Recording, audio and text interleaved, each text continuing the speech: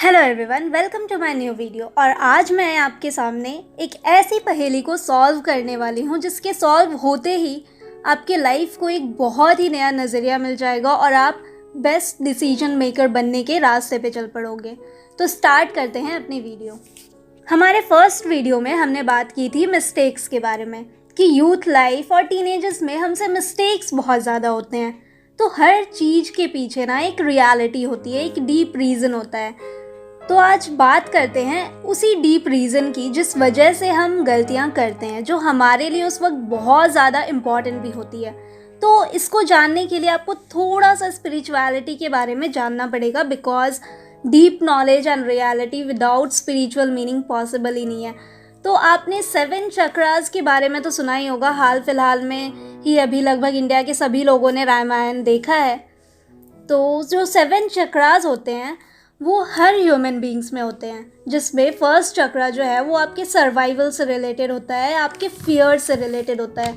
In fact first चक्रा अगर balance होगा तो ही आप एक अच्छे डिसीजन मेकर बन सकते हो और अपनी लाइफ का एक बहुत अच्छा बेस तैयार कर सकते हो। मतलब ये बेस है, रूट चक्रा है। अगर ये बैलेंस्ड हुआ तो आपकी लाइफ को कोई ख़राब कर ही नहीं सकता। और अपने यूथ लाइफ में, मतलब जैसे ही हम थोड़े से मैच्योर होना स्टार्ट करते हैं, हमारे यंग एज की स्टार्टिंग होती है, जिसको आप टीनेजर्स भी कह सकते हो, वहीं से हमें इसका एहसास दिलाना ये प्रकृति स्टार्ट कर देती है। आपको ढेर सारे फियर्स का सामना करना होता है और इसी डर के वजह से आप मिस्टेक्स करते हो बहुत सारे। तो यहाँ पे समझने वाली बात ये है कि जब आपसे मिस्टेक हो जाती है तो जब आप रिग्रेट करते हो तो क्या कहते हो खुद से उसके बाद कि यही कि आज के बाद ऐसे डिसीजन कभी नहीं लोगे। मतलब उस मिस्टेक के वजह से आपको पता चलता है कि वो डिसीजन आपका गलत था और वो डिसीजन आपने किसी ना किसी फियर के ही वजह से लिया होगा।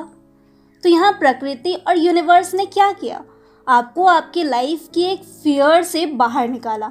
इसे डीपली समझते हैं।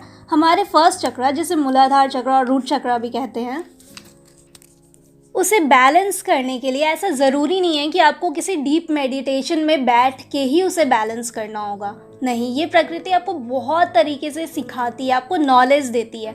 आपसे जब गलतियाँ होती है तो उसके बाद आप उस गलती को जब एनालाइज करते हो तो उनसे सीखते हो। तो जब आप सीखोगे और अपने अवेयरनेस को बढ़ाओगे, ये सबसे बेस्ट तरीका है अपने चक्रा को बैलेंस करने का। उस जगह से जो ऑलरेडी गॉड ने आपको, मतलब आपकी जो लाइफ दी है, कहते हैं ना लाइफ सबसे अच्छी टीचर होती है हमारी।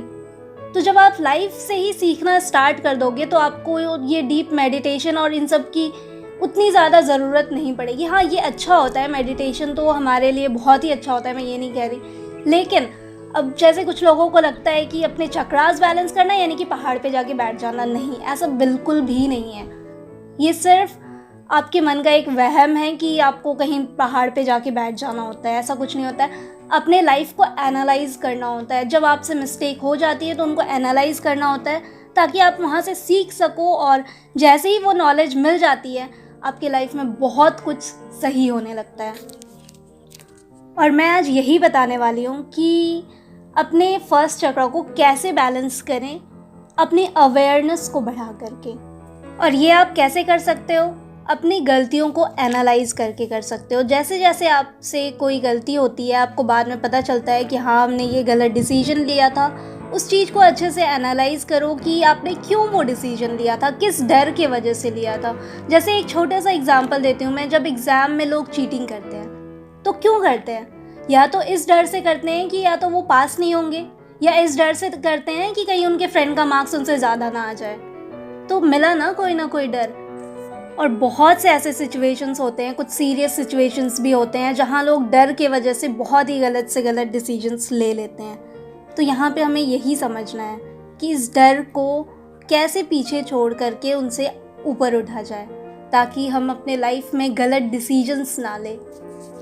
और जैसे ही आप ये समझ जाओगे कि हर मिस्टेक के पीछे एक डर छुपा होता है, तो आगे से आप जब भी कोई काम करोगे, कोई डिसीजन लोगे, तो आप वहाँ पे इस बात का ध्यान ज़रूर रखोगे कि कहीं ये डिसीजन हम किसी डर के वजह से तो नहीं ले रहे हैं। हमें इस बात का डर तो नहीं है कि क्या पता सामने वाले का मार्क्स में से ज़्यादा हो जाए, इस वजह से हम चीटिंग कर रहे हैं। या फिर इस बात का डर हो कि सामने वाला मुझे छोड़ के ना चला जाए, इसलिए हम उसके लिए ना जाने कुछ भी किए जा रहे हैं, चाहे वो गलत हो या सही हो। तो बहुत सारे फियर्स होते हैं जिसे हमें इस एज में हराना सीखना होता है, क्योंकि जब तक हम इन डर को हराएंगे नहीं, हम अपने लिए सही डिसीजंस कभी नहीं ले पाएंगे। तो कमेंट सेक्शन में ज़रूर बताएं कि अपने रूट चक्र को बैलेंस करने का ये तरीका कैसा लगा। हाँ, ये कोई मैजिक नहीं है, इसमें ना कोई शॉर्टकट, बट ये ऐसा तरीका है जिसे आप कभी क्वेश्चन नहीं कर पाओगे। तो जो मैंने फर्स्ट वीडियो में मेरे कहा था कि मिस्टेक्स बहुत इंपॉर्टेंट होते हैं, वो क्यों होते हैं ये आपको अब समझ आ रहा होगा। और इसलिए अगर आप ये नोटिस करोगे कि आप जब छोटे बच्चे होते हो तो आपको किसी चीज़ से उतना डर नहीं लगता। क्यों? क्योंकि उस वक्त डर के बारे में आपको कुछ खास पता ही नहीं होता, और जैसे जैसे बड़े होते जाते हो डर भी बढ़ता जाता है, जो हमें अपने टीनेजर्स और यंग लाइफ में सबसे ज़्यादा फील होता है, क्योंकि इस वक्त ये प्रकृति ही हमें वो सारे डर को दिखा रही होती है, हमारे डर को हमारे सामने ला रही होती है हमारे मिस्टेक्स के ज़रिए, ताकि हम उस डर से ऊपर उठ सकें। ठीक है, तो आज के इस वीडियो में इतना ही। आने वाले वीडियोस में जानेंगे कि कैसे कैसे डर होते हैं जो हम सभी फेस करते हैं इस एज में, और उसे ना समझ पाने की वजह से कैसी कैसी गलतियां कर जाते हैं। चैनल पे विज़िट करने के लिए आप सभी का बहुत बहुत धन्यवाद। वीडियो कैसा लगा कमेंट सेक्शन में ज़रूर बताएं, और आपको हेल्प मिली या नहीं ये भी ज़रूर बताएं। और वीडियो अच्छी लगी तो लाइक, शेयर एंड चैनल को सब्सक्राइब करना बिल्कुल ना भूलें।